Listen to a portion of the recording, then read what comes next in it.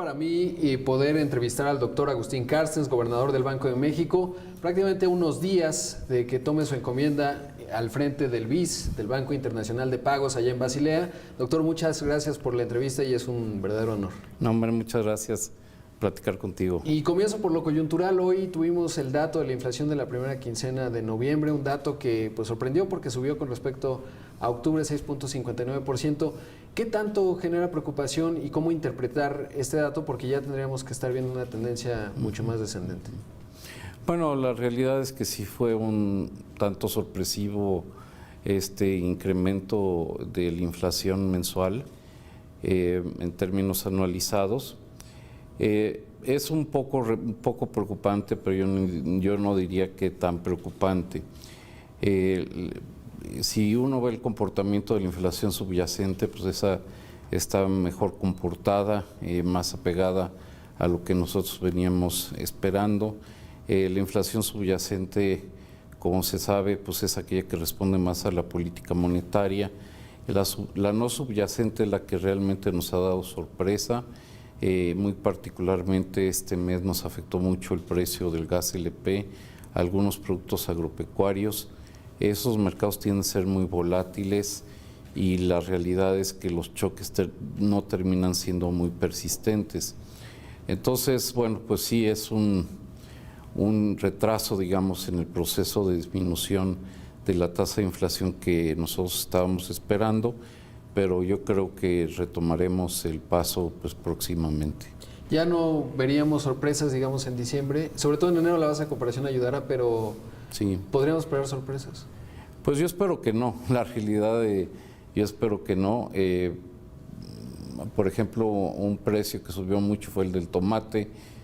Ahorita es el mes en que todavía no entra la oferta de la cosecha en Sinaloa. Entra ya en las próximas semanas y eso debería bajar ya el precio. El precio del gas LP pues sí ha sido muy volátil. Parte ha influido un poco el tipo de cambio, pero últimas semanas hemos visto una apreciación bastante significativa del tipo de cambio. Entonces eso pues debe contribuir a que veamos pues ya mejores cifras hacia adelante. Por supuesto. Ahora, ¿qué margen tiene la decisión de diciembre? Sobre todo porque parecería que nos llega por dos vías. Una inflación relativamente alta, está la tasa interbancaria un día en 7%, y por el otro, pues lo que ayer comentaba en el informe trimestral, de la decisión muy esperada del FED. ¿Hay margen de maniobra en cuanto a la tasa de referencia en diciembre en México? Bueno, sí, ciertamente el Banco de México nos ha amarrado las manos. No tenemos ninguna restricción para actuar, no hay ninguna consideración extraordinaria que limite el campo de acción del Banco de México. Digamos, eso lo tendrá que juzgar ya en su momento la Junta de Gobierno para tomar la decisión que ancle mejor las expectativas y en todo caso encamine mejor el proceso de convergencia del 3%. O sea, ya tendrá que evaluar si es necesario un aumento en tasas o mantener el curso que tenemos ahorita. Ahora, en los cortos de la película ya no sabemos bien qué es, puede ser tragicómica. ¿Cómo pinta la película que le tocará al próximo titular del Banco de México en 2018? ¿Cuáles son? ¿Qué podemos saber? ¿Hemos visto algunos cortos? ¿Algo? Bueno, pues ciertamente va a ser una película de acción. Va a haber mucha emoción. Digamos, sin duda, pues hay retos importantes. Uno va a ser cómo se va a culminar el proceso de negociación del TLC. Por otro lado, pues sí vamos a tener el proceso electoral en México. Ahora estamos entrando en esa etapa con fundamentos macro sólidos, con políticas macro, las fundamentales, bien ancladas, ¿no? Tenemos el Banco de México, pues por mandato constitucional, va a tener que seguir haciendo su trabajo. El mandato del banco no está condicionado al momento político en que estemos. Por otro lado, pues acaba de presentar un paquete fiscal muy responsable, que es muy probable que nos lleve a reducir la deuda sobre PIB, tener superávit primario. Como presentamos hace un par de semanas, nuestro reporte del sistema financiero está bien, está fuerte, está bien capitalizado. Las reformas estructurales ahí van. Entonces, bueno, la verdad es que la economía mexicana está sana. Sí hay el imponderable, digamos, del TLC, pero a pesar de eso incluso, pues, se ha venido avanzando y se ha venido discutiendo de manera constructiva por las tres partes. Entonces, bueno, y sobre todo las ganancias de modernizar el TLC son tan grandes que yo espero que eso al fin del día se va a imponer y deberíamos tener un buen resultado en esa materia. Entonces, sí podría haber movimientos, sí podría haber volatilidad, pero por otro lado tampoco tenemos que ser tan pesimistas para asegurar que esto no hay otra más que sea un mal año. Va a ser un año difícil, pero también hay muchos elementos que nos pueden indicar de que sea un año bastante bueno. Sí, parece que si tenemos ciertas certidumbres, podría ser extraordinariamente bueno comparado a la perspectiva de hoy, o también malo dependiendo. Pero hablando de ello y hablando de las elecciones, veía que el gobernador Miguel Mancera mencionaba el tripié del Banco de México, que es tan importante, que le da el fundamento. ¿Qué tanto este tripié puede resistir pensando en un titular del Ejecutivo que no esté tan respetando la autonomía del Banco de México, que está afincada en la Constitución, pero lo hemos visto en otras naciones? ¿Qué tanto el Banco de México, el que tenemos hoy, está fuerte para resistir un escenario complejo? Bueno, yo pondría aquí, Rodrigo, mi respuesta en dos niveles. Uno, bueno, obviamente está la fortaleza jurídica que tenemos, que es precisamente pues, que la Constitución ampara la autonomía del Banco de México. Eso no fue casualidad, es precisamente para que sea un mandato durable y para que pues, se requieran 2/3 partes del legislativo que apruebe un cambio al mandato del banco y después tendría que ir a los congresos de los estados. Pero yo creo que lo más fundamental es pensar cuál sería el mandato que un supuesto ejecutivo quisiera mandar. El mandato es: quiero meterle la mano a las finanzas del Banco de México con altísimas probabilidades de que haya inflación. Y yo creo que lo que más soporte le da al Banco de México es precisamente que la autonomía surge del rechazo social, de inflaciones altas y que pues sin duda le metían mucha incertidumbre a las empresas, a las familias, erosionaban el ahorro, erosionaban el poder adquisitivo del salario, de las pensiones. Entonces el mandato del banco está sustentado en un verdadero apoyo social. Yo creo que a nadie razonable, si uno le pregunta, ¿quisieras más inflación? Pues dirían que no. Digamos, sí hay muchas maneras de poder decir o de poder argumentar que el Banco de México podría contribuir más al crecimiento, pero ya hemos visto que cuando en otras administraciones se ha intentado eso, los resultados han sido catastróficos. Entonces, pues digamos, el llevarle más beneficios a la sociedad, generar un mayor crecimiento económico, un mayor salario real, pues se tiene que ganar con mucho trabajo. No hay solución fácil ni inmediata y ciertamente esa no puede ser por vía de la expansión monetaria. Y hablando de ello, ayer veía, por supuesto, las apreciaciones con respecto al incremento al salario mínimo. En ese frente, digamos, y viendo cómo están las cosas de la inflación, los signos de interrogación que hay hacia adelante, digamos, ¿es razonable desde la óptica de la política monetaria un incremento adicional, el que se ha prometido al cuarto mes del próximo año? Bueno, y otra vez ahí, como siempre, sugeriría mucha prudencia.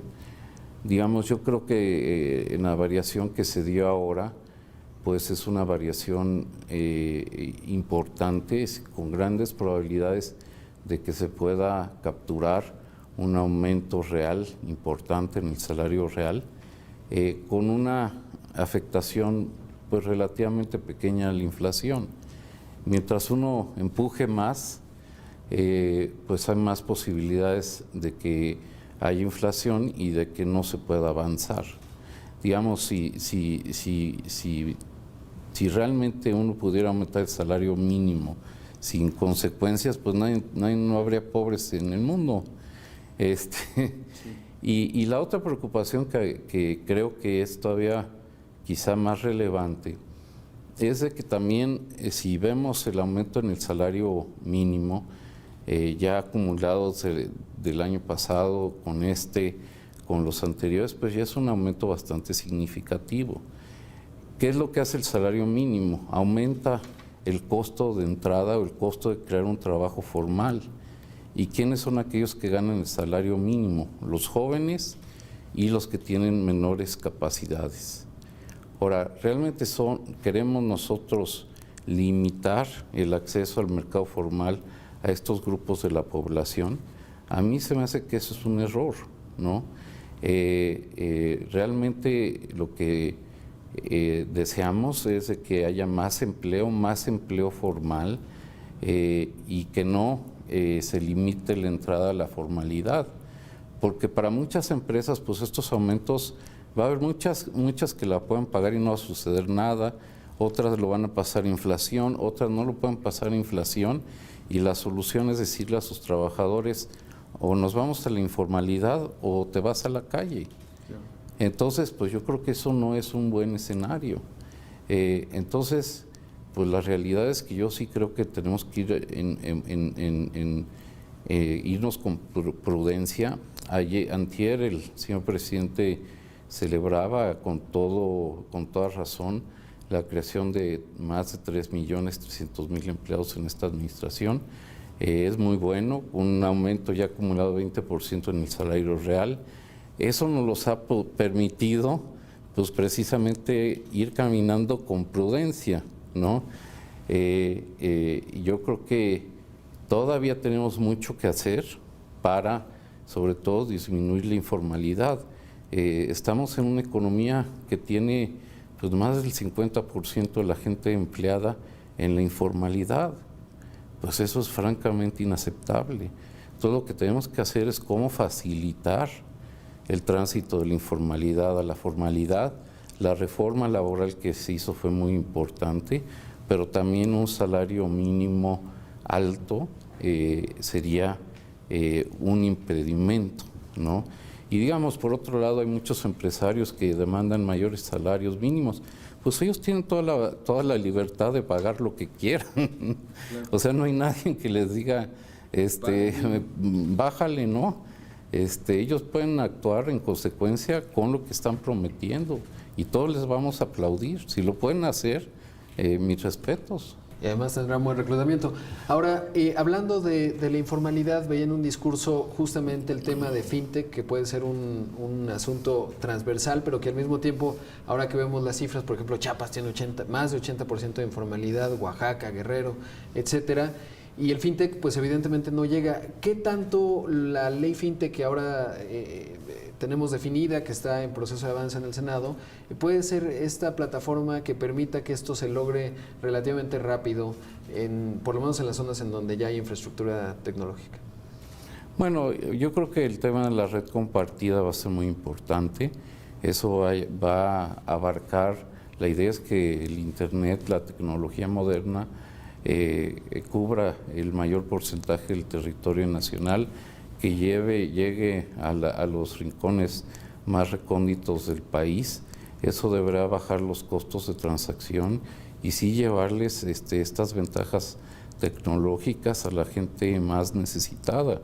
Y yo sí creo que sería un impulso muy definitivo para que, digamos, estén mejor conectados, puedan beneficiarse de las plataformas que existen para vender sus productos, para hacerse de insumos, para conocer cambios tecnológicos en el agro, en lo que sea, ¿no?